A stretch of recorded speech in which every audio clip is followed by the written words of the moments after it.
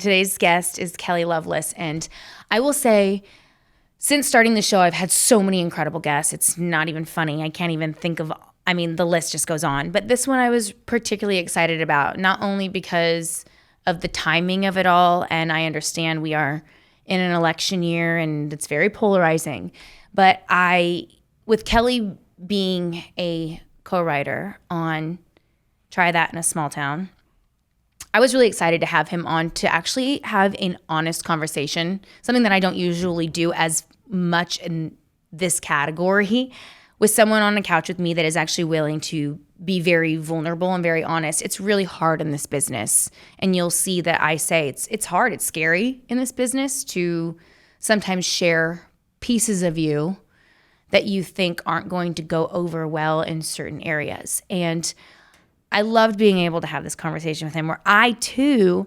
there are parts in this interview where I get louder and I get talking more because this is something that I'm very passionate about. So having him on this show was really exciting. I was so nervous on the drive here to do this interview, and he was absolutely incredible. And more importantly than just the songs he's written, you can tell what an actual genuine heart this man has, how kind he is, how there is no maliciousness behind the words of that very polarizing song that was put out. He really had very good intent when he shares the story behind the song. And I don't think I've actually ever heard it from his mouth on the beginning of writing that song, how he was going to go golfing that day with Neil Thrasher, and it turns into more like, no, he was on a walk with God and he was talking and praying, and then he goes and he sees this news of all these horrific things that are happening in the world, and he just gets more angry. And I think we can all relate to just feeling angry for just, there's no purpose for the hate. There's no purpose for anything that's been going on. And for him to be like, hey, try that in a small town. Like that wouldn't happen. Like you can't just go around and do that kind of stuff. So this was really exciting to sit down and talk to him about the beginning of the podcast, because they've started their own podcast now to talk about all things, music, politics, everything. And he's just someone that I think is not afraid to just be himself and to talk about his other songs. Like hearing about All American Girl is even incredible because it's one of my favorite songs. And just to hear how it all has come to be. Something that he brings up in this episode that I thought was incredibly telling, and I actually have never thought about this before in my life, is when an artist isn't going to send a song to radio and they're just going to release it to social media, the songwriter doesn't get anything from that. And if it goes viral, they make no money off of that. I genuinely didn't even think of that. And so basically he says, hey, we need to somehow come up with something as songwriters that if this is going to do well somewhere and you're not going to go to radio, we need to figure out, are we going to get paid? Because at the end of the day, this is his job. He's a songwriter. And this has been so frustrating for me, even just as an artist, to sit back and why I created this show of how do we get songwriters to be heard? And this was something that has never been brought up on the show. So I thought that was incredibly telling and wonderful to hear, that now more people will be able to understand, hey, how do we get songwriters paid? I think that that's a huge issue. Another thing that he said that I relate to very well, and he said this was, I wish more artists, even if they can write, which a lot of them can, I wish more artists would be okay with recording music that isn't written by them. I've always felt this way. The best song wins. And I know you hear that time and time again from songwriters. But I love that he said that, because I think there's a lot of fear now for even a songwriter to say that, because there's so much stigma around the artist needs to be a co-writer on a song. So I love that he actually said that, because it's how I feel. And overall, I think Kelley was an incredible guest. I'm so happy we were able to get him on the show. He was at the top of my list. So I hope you guys enjoyed the episode, and also go check out his podcast, Try That in a Small Town Podcast.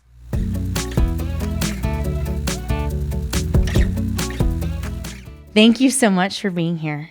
Glad to be here. I'm Kelley Lovelace. You have probably been one of the guest that I've been the most excited for to have on this show for numerous reasons. And I got to be honest with you, I've been excited / nervous not to have you here, but for the sake of like knowing what I wanted to do with this episode, which is very different what I've done with other episodes. Like I was telling you before we started, I usually am like overly prepared. And this time I really wanted it to be a little different. And I'm a huge fan of your show. Tried that in a small town podcast. Oh, thank you very much. I'm a big fan of it. It's actually probably one of my dream podcasts to be a guest on, because I think you guys are able to so freely speak your mind and say things so honestly. And with this show, I do things a little different, where that's why I loved the idea of like having you on so we can actually have a real discussion. So, but before we get into any of that, I actually want to just talk more about you, because at the end of the day, this show is about songwriters. That's the whole point of the show.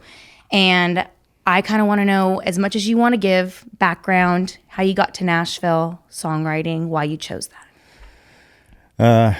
First off, thank you for all that. Yeah, sorry. I'm very excited to be here, and I apologize for being late. Like I was telling you earlier, I was my mom getting mad at me, but I was raised late. I was late to everything: baseball practice, church, school, and all that stuff. And I'll make sure she doesn't hear this particular episode. That way she doesn't get really mad.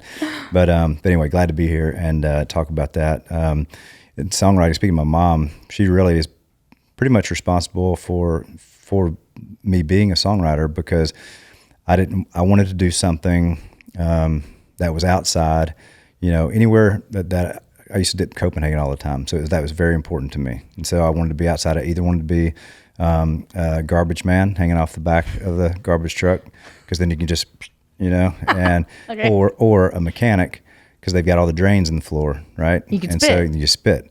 However, I didn't know anything about cars. I couldn't, but I thought that would be something I would go into.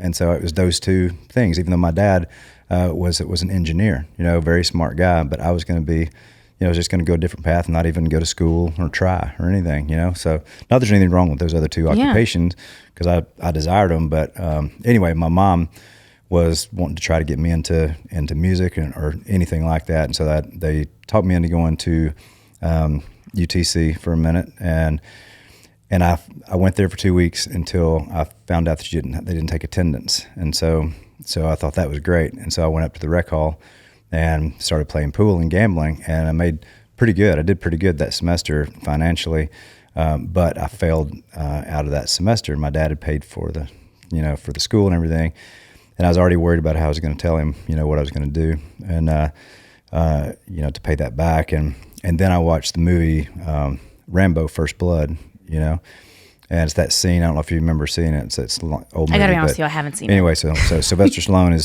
he's running from the law and everything, and he jumps off this cliff. He goes down this huge pine tree and hits a bunch of branches, lands at the bottom, and his massive bicep just had a huge cut in it. So he takes out a combat knife and unscrews the end of it and takes out a needle and sews up his own bicep. Mm-hmm. And I said, I want to do that. And I also thought it'd be a good way to get me out of trouble with my dad. And so I said, I'm gonna join the Army, and that threw everything, And so through that, that got me out of what I was going to do for school. It got me doing something that everybody would be proud of. I kind of needed it, for me at the time. And I met a guy in there. His name was Dave McCormick, or Mac, and he was a great guitar player. So I was not good at guitar, but interested. So he showed me enough to where I could start picking stuff off the radio, or at the time it was cassette tapes, and it's like Hank Jr. and Your Cheating Heart, 3 chords. Took me 2 hours to learn the 3-chorded, so I wasn't a brilliant musician, but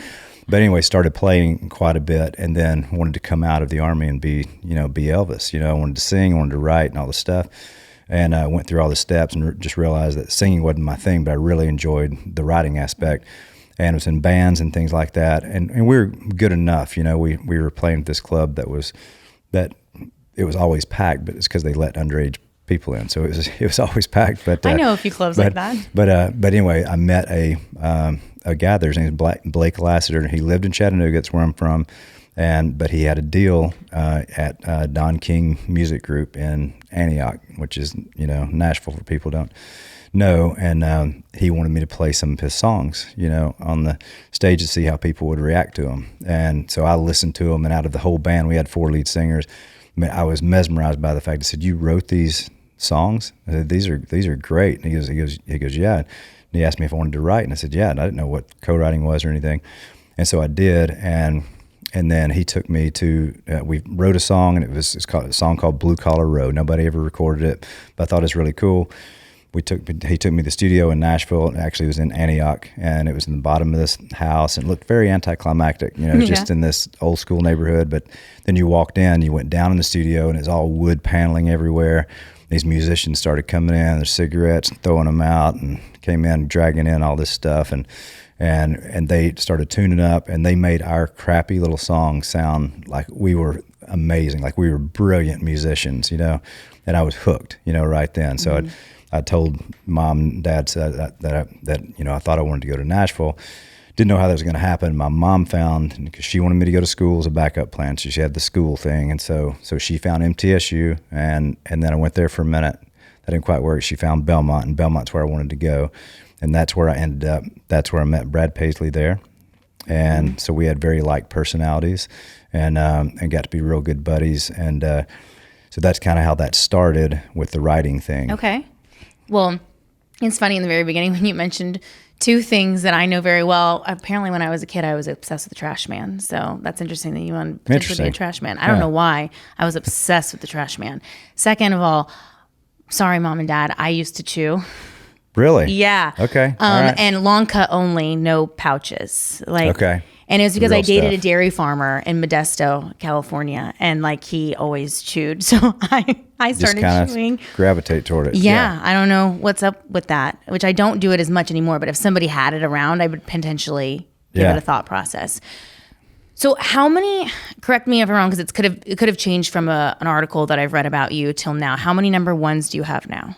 18. 18. Okay, so before we get into more of the mayhem of the things that I want to talk about with you, I kind of want to share a favorite of mine, and then I would love you to share a favorite of yours. Okay. All American Girl. That was a really big song for me growing up. First of all, I think every girl my age probably loved Carrie Underwood at one point or another, and especially if you're in country music, and I'm an artist myself, absolutely love her. Tell me about writing that song. Thank you for saying that. It's actually one of my favorite songs. If you wouldn't have said it, I probably would have. One, it's mainly because the process of that. Ashley Gorley, a friend of mine, and the most successful commercial songwriter in all genres of music now. We wrote a lot. We had one number one on Carrie's first record called "Don't Forget to Remember Me." Mm-hmm. So that gave us the opportunity to write one day with her on the second. So we only had one shot. So he was over at my house, and we were pre-gaming just for that day, just trying to come up with ideas so we wouldn't go in empty, and so we had some decent ideas, but it was toward the end of the day, and I didn't feel like we had that money idea, and I said, why don't you call your wife, see if you can stay over, so we can do important things like, go down in the basement and play some shuffleboard and some foosball, maybe watch Rambo First Blood Part 1, have some popcorn, a couple beers, and then come up with some great ideas. And so anyway, he did, and he was actually on the phone, and he was kind of laughing, so I thought, man, this looks good. It looks like we're having, he's going to have a chance to stay over. And I was kind of just clunking around on this little melody. I'm not a melody guy at all. Like if I'm writing with an Ashley or anybody who can generally play, most people are better melodically than me. So, but I was just in a good mood, and I was just playing this little thing. And for whatever reason, All American Girl popped into my head out of nowhere. And it was weird because I had no daughters and no sisters, at the time. I had no kids or anything, and so daughters. And so it was weird that it popped in my head, but that it did. And as an idea guy, I thought, All American Girl, Carrie Underwood. I mean, it seems right pretty on. Good. Right, so then pitch it to Ashley, and he didn't like it as much as I did, so we went in the next day and wrote one of the ones that we'd had with her, but it went really quick. Ashley goes out of the room, and Carrie said, well, that didn't take long. I said, do you want to, she goes, I think we've got time to write another one. And I said, well, we've got this one idea called All American Girl, if you want to write that. And she said, it's not about me, is it? And I said, no, it's about this guy and wanting to have this All-American boy, ends up having this All-American girl. And she goes, whoa, that sounds like my dad. I said, well, do you want to write that? And she just shrugged her shoulders. Okay, that's not incredibly affirming. And so not sure what to do with that. Ashley comes back in, we start pitching a few things, and she'd say things like, yeah, I wouldn't say that, or I wrote something like that last week. And and you just kind of feel the energy slipping out, you know, to where somebody might say, well, hey, you know what, we already got one, you know, let's go into the house and everybody be happy. And so I pitched it one different way. I looked over at Ashley and I said, well, Ashley, I pitched her All-American Girl idea, but she hated it. And Carrie says, no, I didn't. I said, it was like my dad. And I said, so do you want to write that? And she put her on the spot a little bit, yeah. And she just shrugged her shoulders and said, okay, well, let's do that. And then really in a couple hours, just one of those times where some writers, you know, will tell you things just kind of, you know, fell out. Generally, that's not what happens, you know, with me. I usually take quite a bit of time, you know, on a song. Sometimes they come out quick. You just don't force it. But in those couple hours, like everybody was on at the same time and doing different things, and Carrie's hitting these melodies and Ashley's playing his, you know, piano like Schroeder on, you know, and just coming up with these things, and we're spitting out lyric. And anyway, Ashley and I got out in the parking lot, and both of us just kind of looked at each other, kind of like, what just happened in there, you know? And because we didn't change one word of it, you know, and we had no communication with her. You know, she's at that time, what was she, 20 years old, 19 years old, and she's in a, you know, tiny room with two 40-year-old guys, and we're trying to make money and have cuts and success and stuff, you know, and take her to the next level, you know, as an artist and things. But for her, it had to be weird, you know. It's not like we sat around and talked. Yeah, about, I guess so. You know, because you didn't know anybody, you know. And so, but for us, it's like we feel like we had that one moment. We feel like we killed it, you know, and so that was really fun. That's one of my favorite stories. Yeah, as an artist, I like when I was singing basically covers in bars night after night and in California and stuff. I remember me and my band, we did work up that song, and we had to like drop at a half step because the key, there's that one note at the end where I'm like, yeah. Like there's just some things that only Carrie can do, and that's definitely one of them. What is a song of yours, number one, that is one of your favorites other than that one?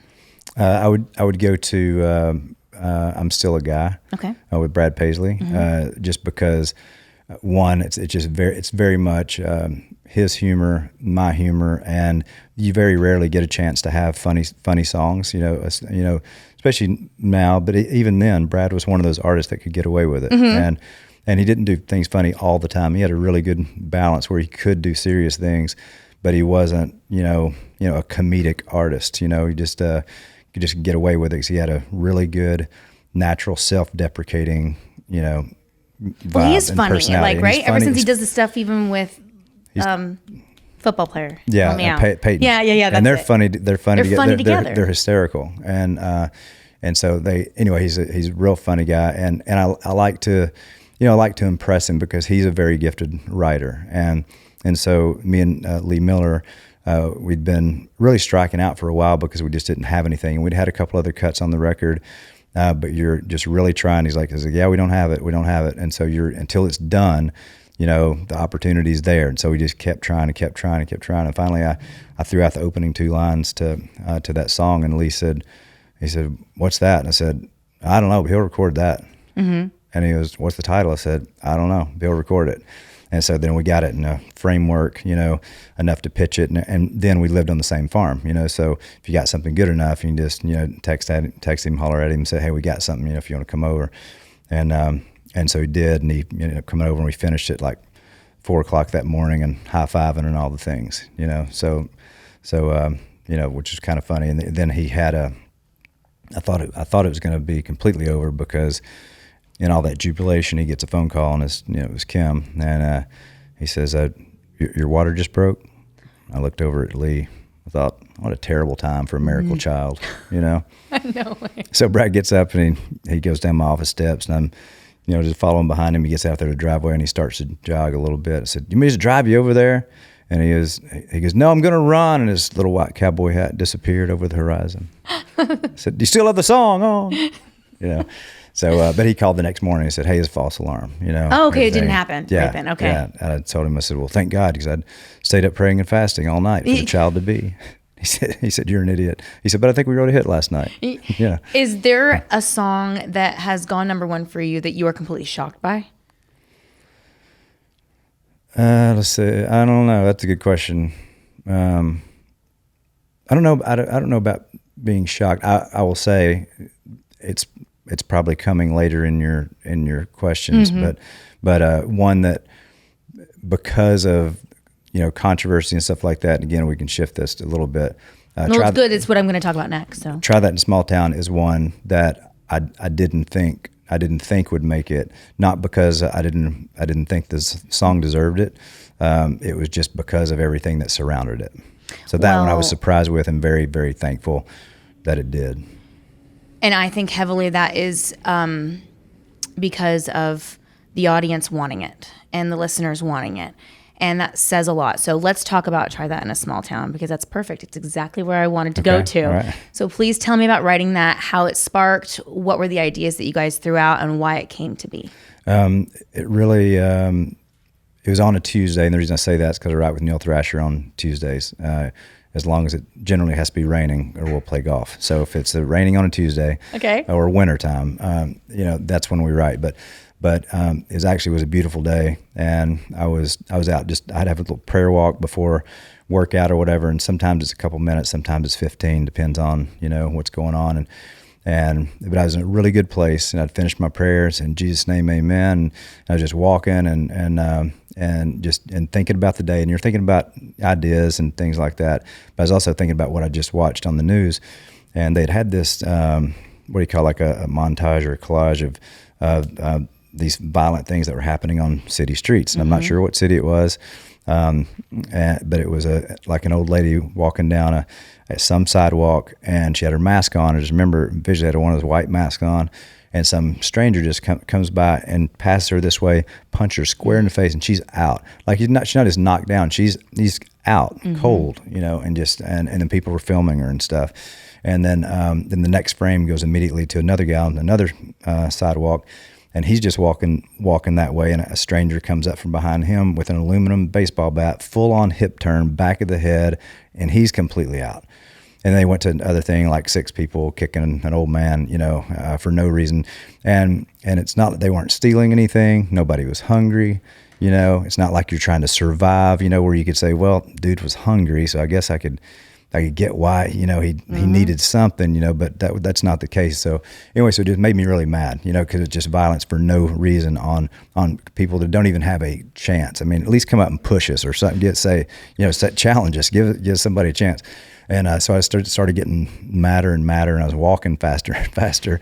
And I just as my wife would say, hey, in one of your fits of rage, you did something good, But in one of my fits of rage, I said, try that in a small town. And I was just pissed.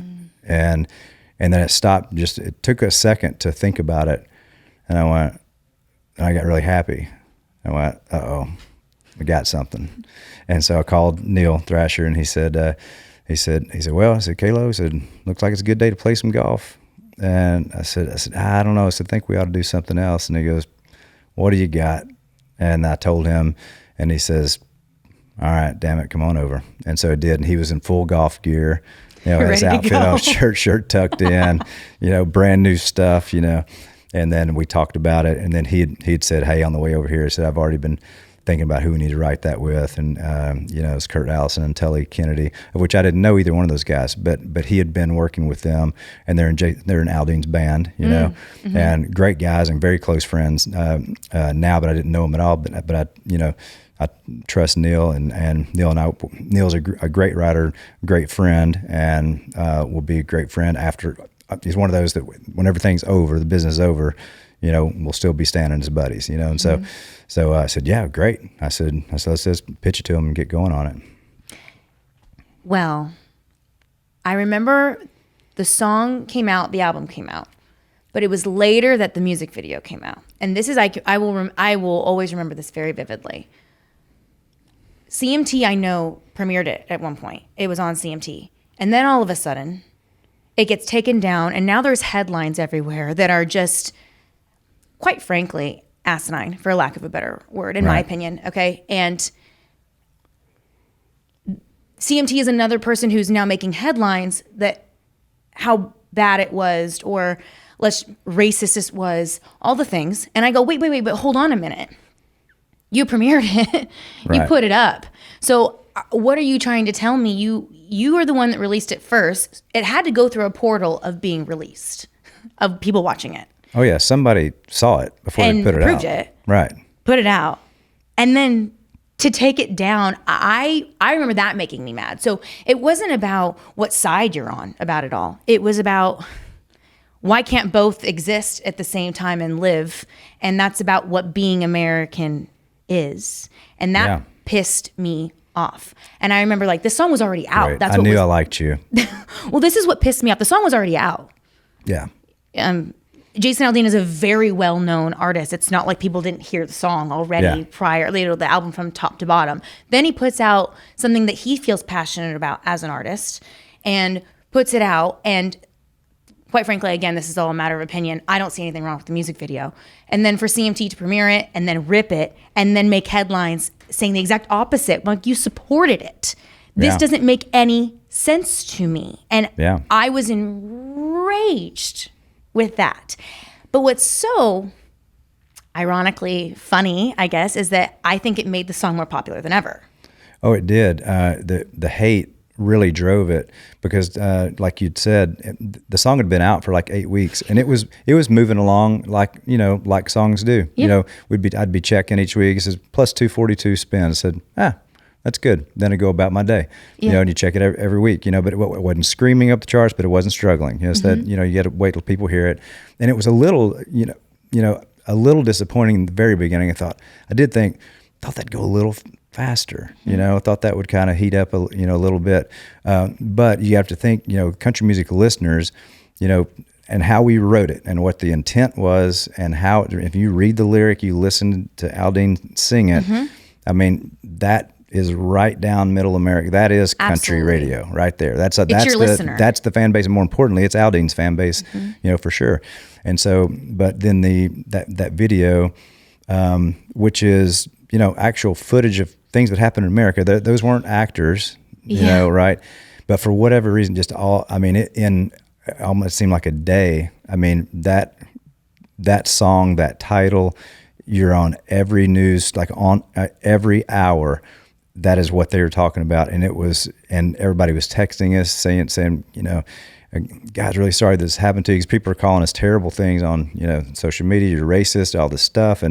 And people would text, and we'd be saying, even Neil Thrasher specifically said, somebody had said, hey man, I really feel bad for you. How you feeling right now? He says, what are you kidding? I said, this is the greatest moment of my life. It's fantastic, and you hated that people hated it, but it's like, wow, it just shows you how far, that people can pervert something, twist it to just try to make people hate things. But the cool thing about it, like you were saying, is people that hated it would be texting their friends, say, have you heard that Jason Aldean song? Try that in Small Town. Says, what? I can't tell what I can't believe it. You gotta hit it. And then they'd go buy it, download it. And it just kept going and kept going until it, cracked number one, Hot 100, at the same time that it was number one, with country, which it was in the teens at that point. It wasn't even a number one song on the charts yet, and it was number one in all genres of music, which is historic. One for us, for Jason, for all the writers, none of us have ever written a song that big to get on that particular chart. There's only 22 songs on that chart, country, that since the 1950 or something like that, which is Dolly Parton's 9 to 5 and Convoy and B.J. Thomas, hey, won't you play another Somebody Done Somebody Wrong song? It's all the songs we grew up, and you're like, I don't care what drove that song up there. We're on that freaking list. Well, people now, I know, who were not technically fans of Jason in the sense of like having to buy his album and all that, now go to his shows to hear that song specifically. Yeah. And what to me it shows of it rising to the top like that, even if it's a hater or not a hater listening to it, it's clearly what people needed to hear and wanted to hear. And I don't think you can just turn a blind eye to that. I think it's called the music business. We are in a business, and we have a consumer. And if the consumer is asking for something and they're responding to it, why would you ignore that? The consumer. It's clearly like, I will say the majority of our listeners are middle America. And I see us very vividly, blindly turning our eye to the consumer. And it's like, so this isn't, that's not our job anymore for the masses of what they want to hear. And we're just blatantly ignoring it. And that's why I was so happy to see it receive the success that it got, even if it was based off of all the negative headlines, because what it did is it drew people to go watch it and go, wait a minute, what's the problem? These are real things that are happening in the world right now. All Jason is saying as an artist while putting that out is, I don't like what's happening. Correct. And that's what he would tell if he were sitting here writing, that's what he would tell you. You know, and I mean, and thank God, you know, for Jason Aldean, you know, to have the, you know, just the guts and be wired like he is, you know, just to continue to stay true in his lane, and he's not worried about it. He's like, hey, I like this song. This is in line with what I think. I don't like what's happening in America right now, and I'm not trying to get you to change your mind. You know, this is just my heart. Yeah, and also, you know, people are saying, well, you guys are inciting violence and everything. No, read the lyric.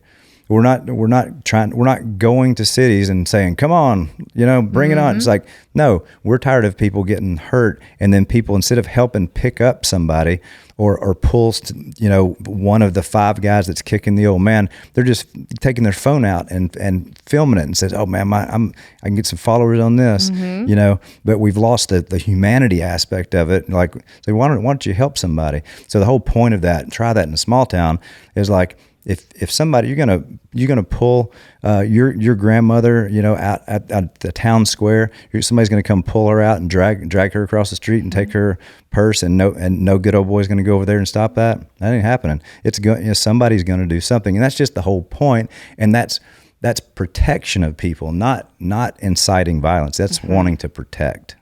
Oh, for lack of a better way to describe this, I just remember someone said this to me once, and I've laughed.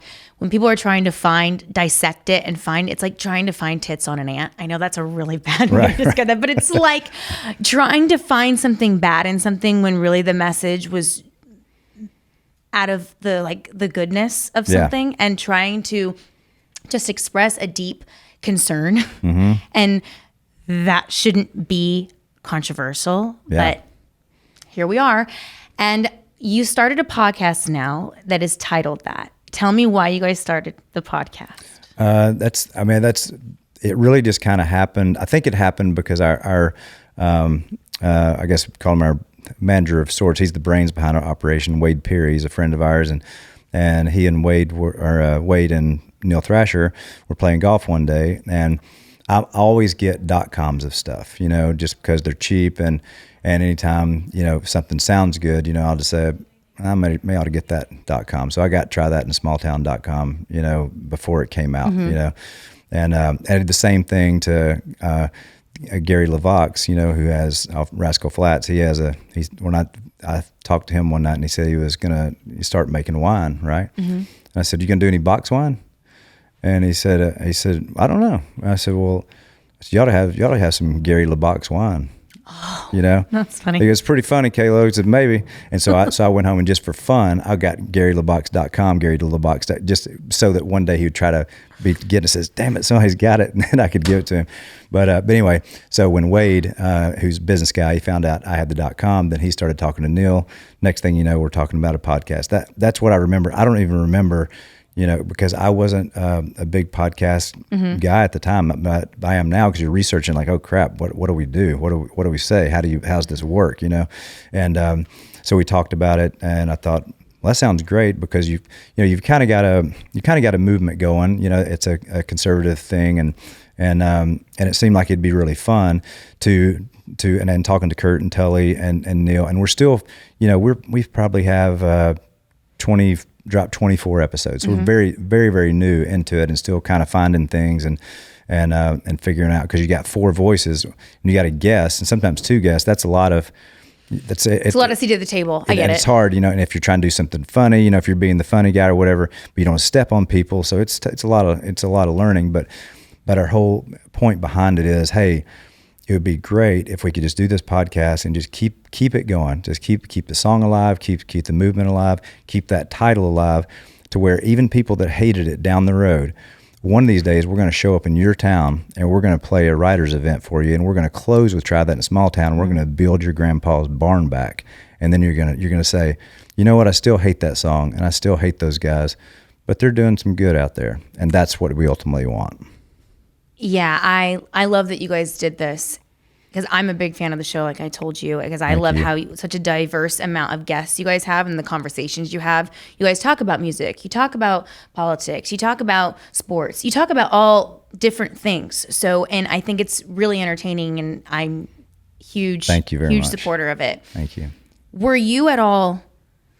I mean, you already released a song, the music video is out.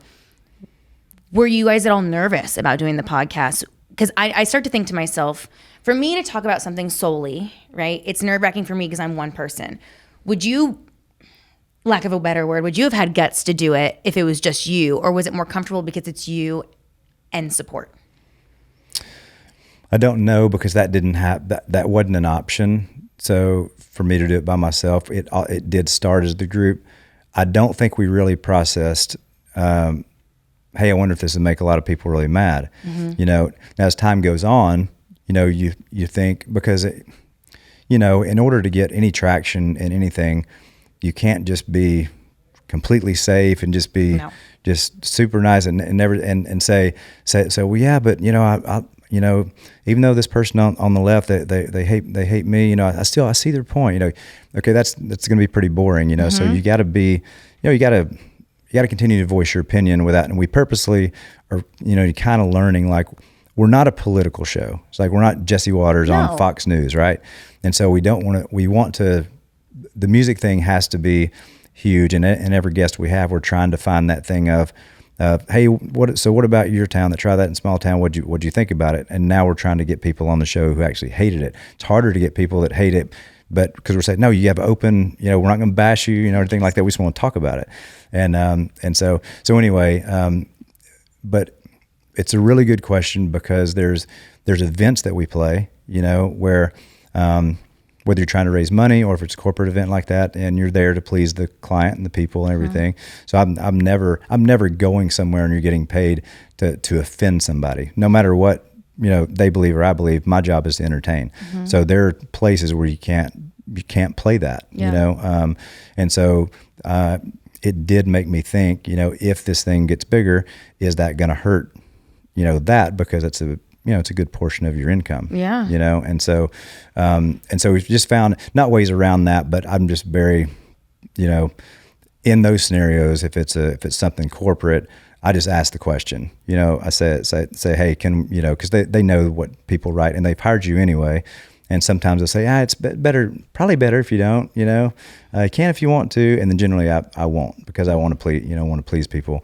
You do wonder too, we have thought about, you know, even in country music, is it going to keep you from getting songs recorded on certain labels or anything like that? Possibly. I don't know, you know, so that brings me to my next point that I don't understand. And I'm sure you ask yourself this question, and I'm sure we have our theories on it, but you have, like I said, middle America rejecting a bunch of this wokeism. Okay. They're fully saying, we don't want it. Like country music listeners are saying, we want to go back to faith, God, country, talking about those kinds of things in music.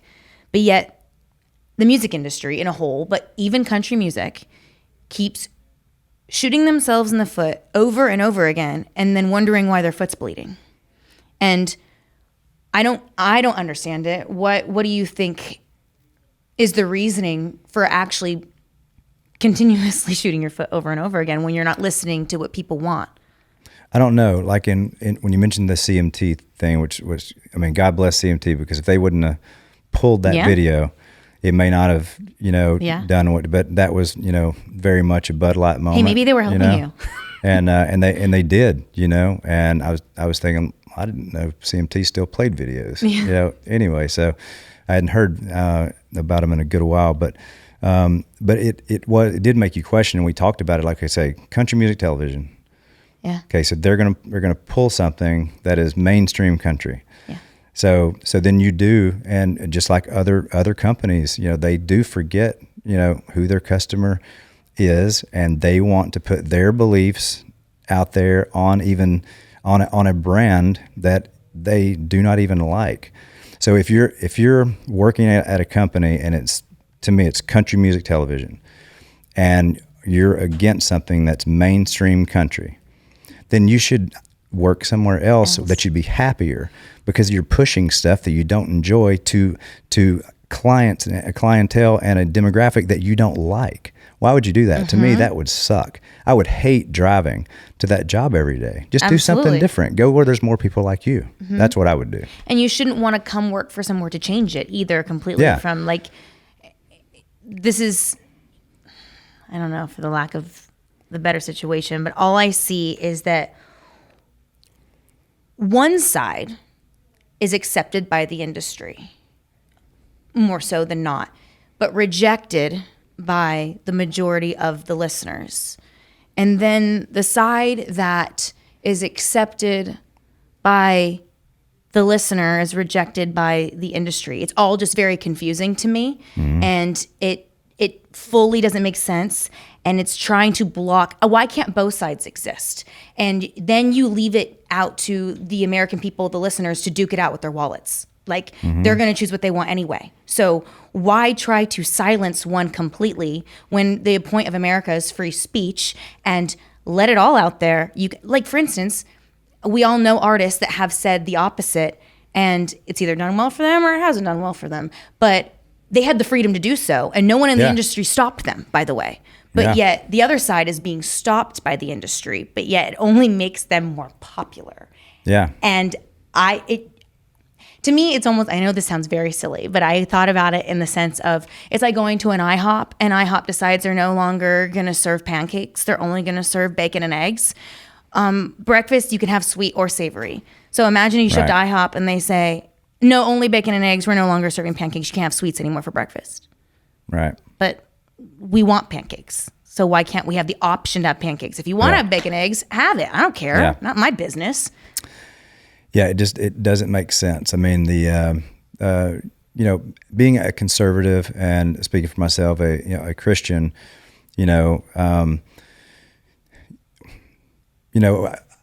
personally have just been quiet the majority of my life, and accepting of anything doesn't mean I condone things. Like I believe what I believe, and I believe what I believe based on the Bible, and I've had people call me and say, well, you're a fundamentalist, when it comes to the Bible, meaning that you believe every word it says. There's a lot of studies of the Bible, so we don't have time on this show to talk about it. But I'm not a theologian, but I'm, pretty well versed in, in what's important in the Bible, and I just believe the way that I believe. And if somebody has a different view of that, I don't judge them. No. I don't say, well, you're going to hell and I'm going to heaven. I'm not God. So I don't know what the process is during that. I don't know, no matter what happens, and you've had this terrible life, and at the end the light's about to go out and you've killed 50 people or whatever, and you've denounced God and Jesus and everything. At the last minute, right before the light goes out, does Jesus pop in your head and give you one more chance? Maybe. And you say yes, and you're in. I don't know how that works. So I don't judge people. I don't judge people because I'm a human, and thank God it's not about just being good, to get to heaven. It's not about what we do. It's about what Jesus has done and placing our faith in him. But if you don't place your faith in him, or if somebody else does, I don't look down on them. No. I hope that they do, and they have peace and everything too. But if they have a completely different lifestyle, it doesn't affect me. It doesn't mess with my day, and I really don't care that much, But what happens is, if I don't believe what they believe, they're pissed at me, and I'm narrow-minded, and they can't stand me. It's just odd. I just don't get it. It is. I just don't get it. And it's funny you talk about that, about like not caring, like what somebody else thinks, and I expect to be respected in the same way. Like that's what the freedom of being an American is supposed to be. Yeah. And the idea of, I sat down and I talked with my mom the other day, and she was saying like, gosh, I used to like share a cup of coffee with friends back when, and she mentioned, and I even remember this, the Bush Al Gore, and she's like, and I would sit there and I'd say, I'm voting for Bush, and they'd say, I'm voting for Gore, and we would still go grab breakfast, and it was fine. I remember when I started to notice the change was when I was in college, and it was actually my first election where I was able to vote, and it was Obama-Romney. And I remember, I'm sure you'll remember the t-shirts that everyone was wearing with Obama on it. It said, like, it was like a drawing of him almost, and it said faith or hope or change. I don't know which one it said. But everyone. I went to a liberal arts school, by the way, and I majored in political science. So I love politics. Right. So it was something that I just enjoy talking about and not arguing about, but talking about. And I remember I think it's illegal to show up to the polls in a shirt or anything that says what you're voting for. Right. And I'm pretty sure. And it is. And yes. I remember friends went to the polls in those shirts and casted their vote. And I also know a friend that showed up with just a pin that said like Romney on it, and they were told to take it off. Mm-hmm. So that's my first memory of thinking, oh, there is a shift happening here of when there's more fear based over just being able to like have a conversation about it. And it's because at the end of the day, it is an opinion. Mm-hmm. Policies are opinion. Yeah. It's not fact. Yeah. And so that's the first time I can remember. And now, mind you, this was the first election I was able to vote in, so I don't know for sure. But talking with my parents, they were like, that's the first time we started to feel fear. That sense of, are we allowed to talk about this or not allowed to talk about it? And now it's just progressively gotten much worse. And that leads me to talk about, because it was actually listening to, I think it was your very first episode of the podcast. It was Jason, your guest on the first episode. And well, he was the second episode, because the first episode we talked about the story of the song and where it all came from and stuff. And the second one we had, we talked about his perspective and all that. So he was the second one. And he was listening to that episode and him saying, like, us as artists, our job is to be honest and to put things out there. And you don't have to agree with me, not agree with me. It doesn't matter to me. He's like, it's just, we're supposed to express ourselves and find a place for you to either like find home or not find home in my music. And I remember that vividly. And that's why I decided to write my own patriotic song. And I released it not that long ago. It's called American Dreamer. And I'm really passionate about it. And I'm really upset about, not in the sense, I'm very proud that I've put it out because I was really scared. I was really nervous. And I'm really thankful for writers like you and for artists like Jason who decided to say something and speak their heart, because it's what gave me the like guts to do so, and without having like too much fear. And I decided to put faith over fear. That was the entire point of me writing, getting with my co-writers to release this song. But what's upsetting to me is I'm like a very small potato, small fry in the artist world. I'm very new. Not a lot of people know who I am or have heard my music. I've been around, but I still haven't gotten that break yet. So here I am putting this song out scared because I haven't even gotten my shot really yet, and scared of what this song could or could not do for me. And I'm just kind of like the little engine that could, trying to get this song heard, because I think it's an important message that the world needs to hear right now. So what makes me interested is why bigger artists, for instance, like, I'm not trying to call her out by any means, but I'm just coming up with, because we talked about her already, like Carrie Underwood, who has a huge platform. And there should be no fearfulness in speaking over patriotism, by the way, like being proud to be an American. Why more artists with platforms like a Carrie, doesn't matter, or a Jason, why aren't we writing more patriotic songs? That's a great question. I mean, there were some great ones. Toby Keith did it in a big way, after 9/11. It was still one of the most patriotic songs. I mean, poor Lee Greenwood, how many times he sang poor guy. God bless the USA. I mean, he's singing it everywhere. Yeah. When I was in the Army, he came to the base and sang it, and we stood up and saluted his most patriotic thing in my entire life, that he came and did that. It was just, I just always loved that song. I would sing that song in talent contests because I thought it was great, and you're American. Who wouldn't like that? But it's odd that the flag has become offensive. It's offensive to I love America. It's offensive to some people. In my whole lifetime, I would never dream that would happen. Now, I'm not saying, like you mentioned, like a Carrie Underwood, or why don't more artists do more patriotic songs? I don't know, because I'm not in all those camps, and so it might just be that commercially, if there's a thought that you might offend half, or 25% or whatever, why would you do that? Somebody else will do that. I don't want to offend people. I want to make music and I want to deliver this. I don't know. That's just a guess. Because what I don't understand, like, 'cause obviously we're in a very in my opinion, a troubling time in America right now. And with the song that I wrote with my co-writers, it's very much uniting, not dividing. And it's a message that I think should be heard. So if an artist like a Carrie Underwood sang something like that in a time like this, it's a message that's very important. And I would hope that more people in our industry would be writing music like this and performing it, just because that is something that the world, quite frankly, needs to hear right now. Yeah. And it's almost like people have obviously ran in fear a bit to not do so. And the fact that I was even scared as the artist I am to write in a lyric that I supported men and women in uniform, that's wild that we've come to a place where we can't say that. And so yes, I'm small, but and that's why I was so sad that I'm like, that my song will probably never get heard by a large group of people like a Jason Aldean song would. But I felt so passionate. I was like, I'm willing to just do it. And I hope that it finds a home somewhere and people hear it, because I wish more artists like Jason did what they're doing and speaking just on the love of their country, let alone, it doesn't have, again, sides are sides. You're allowed to have either one. It's about freedom of choice and freedom of just say it.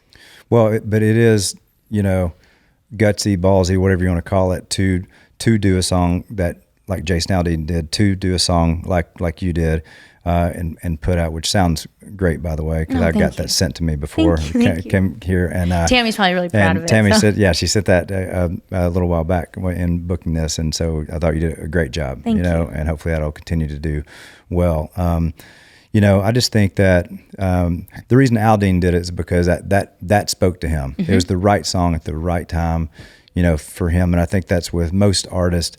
It's hard when you're doing a record and you're going through, I don't know, depends on artists, they're different, but, you might listen or have your team listen to 800, 2,000 songs, and then you're writing every day, sometimes twice a day, and you're going to fill up, 10 to 15 spots generally, unless it's a Morgan Wallen, album, and there's so many songs on there. I don't know why. I don't think people are purposely not doing it. I just think that there's very few songs, like we mentioned Toby Keith. So you said Aldean put out this one. When the last one we remembered that was patriotic was Toby Keith, right? And how long ago was that? That's a long time ago. So if I'm a writer trying to make and if I'm a writer trying to make money, even if I'm a conservative and I love America, I'm not chasing this lane right here that two people in the last 20 years have done too. I'm chasing what everybody's doing right now, because you got to keep the lights on, right? So there's probably just not a lot of them being written. Sure. Maybe. I don't know. Yeah. I don't know. And before I move on to less serious things, there's things I also want to ask you, but I want to get your opinion on this as an artist that isn't known as much. I'm going to give you a story that happened to me when I, about a year into moving here, I was in the studio, and actually with Tammy, who's a co-writer on My American Dreamer and a lot other songs of mine. I was recording that day, and I went out into the at a well-known studio. I was in the common room. I went outside, and a very famous country music band is in the common room, and they basically say, if we find out anyone in this town ever voted for Trump, we'll make sure they never see the light of day in this town. It's funny how you said Trump like it's the F word. See, even me, okay? That's sad. It's funny. But it's like, if we ever find out anyone voted for him or support him, I'll make sure that artist never sees the light of day. And they felt very comfortable to say this very loudly. I ran back to the studio and started shaking, crying, because first of all, I'm new here. Second of all, it doesn't matter what side I'm on, even if they sat there and said that about. If I find out someone voted for Biden, they'll never see the light of day. I couldn't believe that this was so, because mind you, this is a group that could probably have some power. Right. In town. And that scared me to beyond belief. And I was crying and shaking. What is it, any advice you'd give to a new artist, a songwriter, just to be unapologetically themselves in an industry where sometimes you feel like you can't be? I don't know. I mean, the artist thing, that's not what I'm gifted at, for finding artists and putting them out or anything like that, not being a producer or whatever. But if you're an artist moving to town, obviously in writing, you're gonna you need to write what you feel and what you think first. Your people around you, whoever that's going to be, is going to help you mold whatever that brand is and everything. But I mean, there's a lot to an artist as opposed to if it's just, yes, pro America, that's part of it. But then they also have a wife and kids, and they fish and they drink and they hunt, and there's a lot of things. So I think we don't, you wouldn't have them focused hey, don't write 10 pro America songs. I mean, have some depth. Can you imagine? Have some depth, and then just find those best songs and interweave things in the lyric if you have to where if you can't just be, in your face as conservative as you want to be, just weave some things in there, because artists do that all the time. If you listen closely, you can tell, who's voting for who. You just listen to a couple of their songs, and they're not in every one, but some of those lyrics in the chorus said, I didn't know that. That's interesting. And I can tell you who they voted for. Yeah. Now it doesn't make me dislike the person. It's like, wow, that's interesting. Because if you're a country music artist, an artist specifically, I would say, it's different to me. I guess it's a little different if you're in the industry and you're working for a label that's a country music label, and you are far left leaning, and you don't identify with the conservative people that are the majority people buying what you're putting out. I get that you could do that. It wouldn't be as fun for me. Like if I'm that person, I'd rather, if I'm making shovels, I'd sure hope that I'm live close to ditches, or I liked it. I like dirt and stuff. But if I hated dirt, why would you do that? But if you're a country music artist, and you are far left, and you don't believe anything that anybody you're singing to every night, but you're selling it and you're writing that and you're delivering that would be just soul killing to me. I don't know how you'd do it. So, but that said, that'd be a hard walk for me. Yeah. No different than I'm not going to write a song that goes against what I believe just to get a cut. Absolutely. Now that it would be tempting if you're on a song and you think, and you're writing with these three people that are freaking amazing, and they're fixing to send that to whoever, forget country artists. It's a pop act. It's whoever, in the world, and they're huge and they're selling. And there's one line though that's like, man, golly, that one line sounds just anti-God to me, for example, just a touch anti-God. Can we change that? And they're like, dude, no, it's the best. That's why we did it. It is anti-God. I say, oh shit. Well, I'd walk out. So that would be, even though, and you're thinking, I hadn't had a hit in 3 years. I just had a baby. That'd be tough, right? Mm-hmm. But I wouldn't be able to do that. No. I just think that'd be hard. Yeah, I agree. Well, moving on to a little bit lighter things.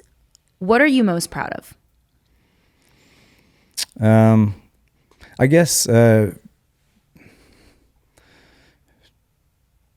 not an individual song.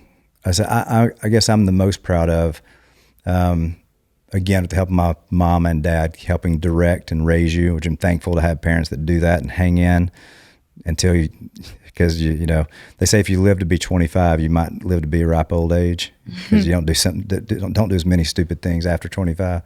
To get me to a place to where I had the time to figure out what God called me to do. What is my gifting? Everybody has a gift, but a lot of people miss it.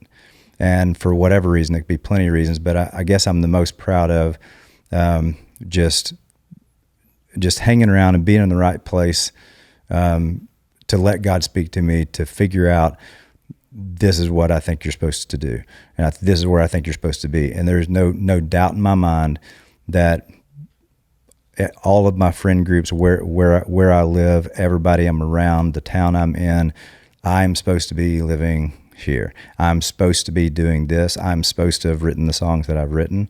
And I just know that God has me here until he doesn't. And so I'm really proud of that, because I just feel really grounded and like, yeah, Lord, here I am. You know, for right now, till you tell me different, it looks like you want me here. Yeah.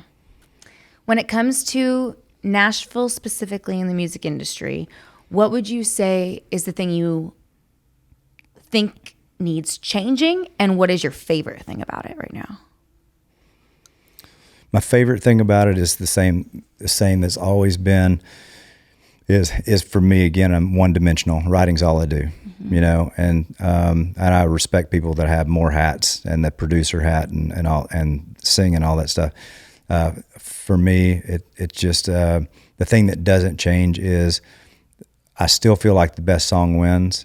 You know, that said, everything's got to line up right. You got to have the right idea with the right people on the right day and all that stuff. But by and large, most of the songs that I've written, I'm not crazy mad over 100 songs that I've written that hadn't been recorded. I'm irritated about a few.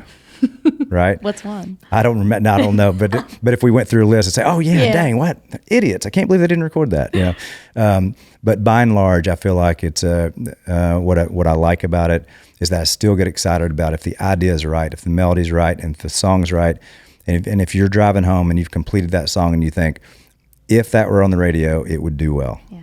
Then I like that. Doesn't mean anybody's going to record it, but that's what continues to give you juice to write the next day.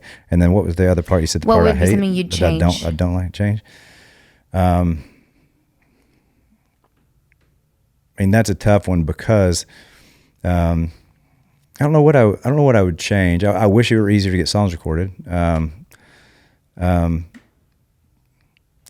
actually wish that there were more artists like a George Strait and Jason Aldean that don't write so often. They can write and they do write, but they don't need to write the whole record. They may not even need a song on the record, which selfishly for me, it gives me more opportunities. Like if you know what I mean. You just stole my heart because this is exactly why I started the show.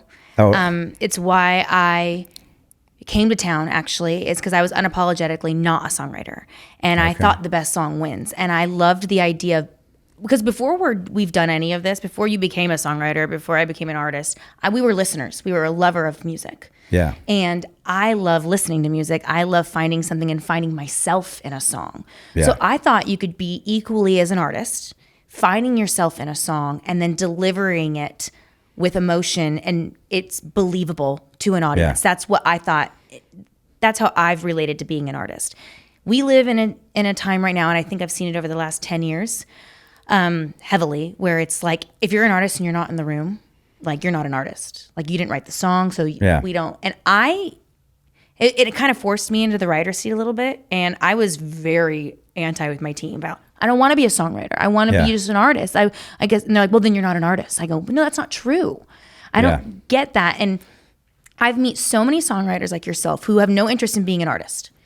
How do you expect your work and you to feed your family and put a roof over your head if now artists have to be the songwriter on the song when you just want to do what you do and just write a good song? I think sometimes we're getting worse music because the artist has to have their name on it. Well, and there's a couple things when you're talking that were very interesting. That being said, about like, I wish there were more that didn't write. It doesn't mean I think that they can't write. Sure. That's not true. Like, for example, Brad Paisley, very gifted writer. And the reason I can mention him and speak on him is because we were tight. You know, we're buddies and we lived the same farm for forever. And I know him, and his bar was really high as a writer. And so thank God that he was a great writer, because I benefited greatly from him being a great writer. And actually, he was so much better than me at Belmont as being a songwriter. On the first appointment, I was intimidated to go and have a write with him because I thought, he can already write a hit without me. What am I here for? And then that's when God gave me the thought of, well, the one thing Brad Paisley doesn't have that you have is your ideas. So I became an idea guy. So I have great respect, but so many artists. I mean, whether it's Carrie or Luke Bryan, people that you've written with, if you can write, it does help. It helps in the room a bunch, because that artist, for me and you to sit down and write a song for Carrie Underwood and we know nothing about her, that's tough. That's tough. You talk about lucky, about getting lucky and writing something that she would think about in her head. it's almost impossible. So I am thankful that the artists do right. I just wish there were others that were more openings on the record, because if you're not in that camp, like if you're not in a Carrie Underwood camp and you're not writing, and everybody else is, you're probably not getting on that record, because there's not a lot of opportunities. And then one thing I wanted to say, because is about the one thing that I hate, is the social media aspect of what's happening with songs, because it directly affects me. Is now sometimes, and they haven't figured out the plan of this yet, our publishers are putting us in the room with writers, artists, writers, and most of the time, from my aspect, we're using my idea. They're recording it, and I see even a trade magazine, they're releasing it, not to radio. They're not releasing it to radio, and your co-writers are all excited. I'm thinking, why are you all excited? They're not releasing our song. They're burning our song. They're burning it. They're putting it out on their socials, and they're getting followers. I'm not getting anything. So that is irritating. And even talking to the publishers, saying, hey, we're gonna have to start participating in these masters. We have to make something, or because I asked my publisher, you're in it to make money, I'm in it to make money. You can't have me tithing song ideas to people that just want followers. It doesn't make any sense. Why do you want me to do that? So that is one thing that currently irritates me, and hopefully that is in the process of changing a little bit. And some artists do. Some artists on their own will give their co-writers, if they're going to put it out, and release it, to where you can download stuff like that. They will let the co-writers participate in the master so that they can get something. So. But I wish there was a more concrete thing that, before you even set up the co-write, say, hey, by the way, if you release this, go ahead and sign this right here, because he's not going to write with you if he can't make any money. I agree. Right? Does it make sense? So that'd be my irritant. And going back to the idea of camps, though, do you ever sometimes wish we went a little bit back to the idea of it not being so campy, and songwriters just do what they do? They write good songs, not in the intention for any artist in particular, so you don't have to be so in your head about, gosh, does this sound like a Carrie song? And then they just land where they land. A good song's a good song, and they will find a home. Yeah, you do miss that. It doesn't, and it does happen. I mean, every now and then we'll get just what we call a true outside cut, meaning that we were outside the circle and we didn't know anybody, and somebody pitched it and somebody heard it and they recorded it. And that's like an act of God. It's like, thank you. That's amazing, right? So that's really, really fun. But it was, when you say back in the day, it seemed more possible, to sit down in a room, a lot of times no windows, and just write something, and somebody goes and Joe Nichols puts it out, and it's a number one, or Terry Clark, whatever. And I know we're going way back, but that was exciting. It's exciting. And then those artists would get in touch with you and say, hey, we kind of think alike. You want to write and stuff? And like, yes, this is great. Which that still kind of happens now. And I guess we romanticize the time when we were, coming up. So you always romanticize that, but it is still happening. It seems harder. Not impossible. And we've talked about it. Like, some people will say, man, I wouldn't, if I had a buddy trying to come to Nashville right now, I'd tell them no. Or if I had a daughter or something, and I wouldn't do that, because I would, I tell them, and we've talked about it on our podcast too, is like, I think it's all relative. Like if we were just coming up, if we're 17, 18, 20 years old, come to Nashville, we're meant to do this, we're going to find a way. Right. And there is a way. Absolutely. What would you say is your biggest fear in life? Yeah, that can be interpreted however you want to interpret it.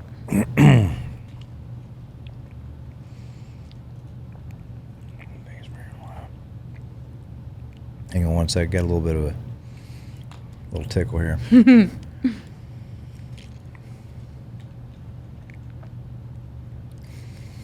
Well, I mean, I don't know if it's my biggest fear in life, but I guess it's pretty normal to think